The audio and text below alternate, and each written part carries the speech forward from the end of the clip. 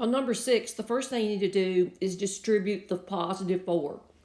4 times x cubed is 4x cubed. 4 times x squared is positive 4x squared. 4 times negative 2 is a negative 8. Now you need to distribute the negative 3. Negative 3 times positive 3x cubed is a negative 9x cubed. A negative 3 times a negative 3x squared is a positive 9x squared. Now combine like terms. Your cubics, that will be a negative 5x cubed. And your squares, it's going to be 13x squared. And that leaves you a negative 8. Number 18 is a quadratic equation. The way you solve it is by factoring.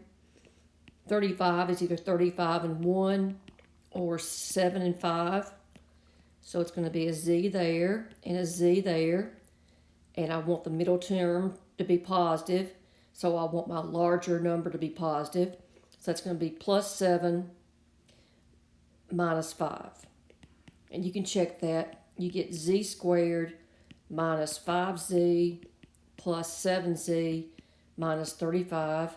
And that's z squared plus 2z minus 35. By looking at your work, you had your signs in the wrong place. Now, next thing you do, the only way you can multiply two things together and get zeros if one of them's 0. So z plus 7 equals 0, or z minus 5 equals 0. And that z equals negative 7, and z equals positive 5.